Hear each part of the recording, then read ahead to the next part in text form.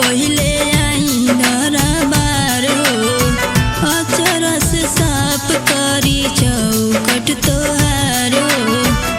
खोल द नयनवा एको बेरी माई, जिंदगी हो जाई उजियारवा। खोल द नयनवा एको बेरी माई, जिंदगी हो जाई उजियारवा। के हो माई मांगतनी भिखिया दुअरिया बैठी के, फूल से भरी दया चारवा।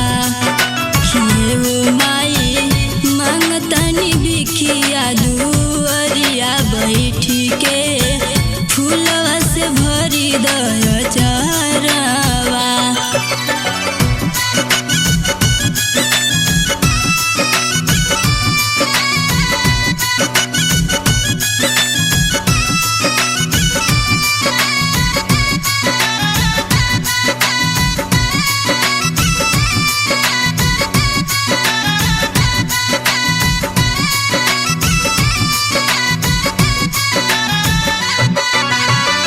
ममता से भरल बाड़ू कहे जग बोल के, अपनी दया से किस्मत रख देलू खोल के।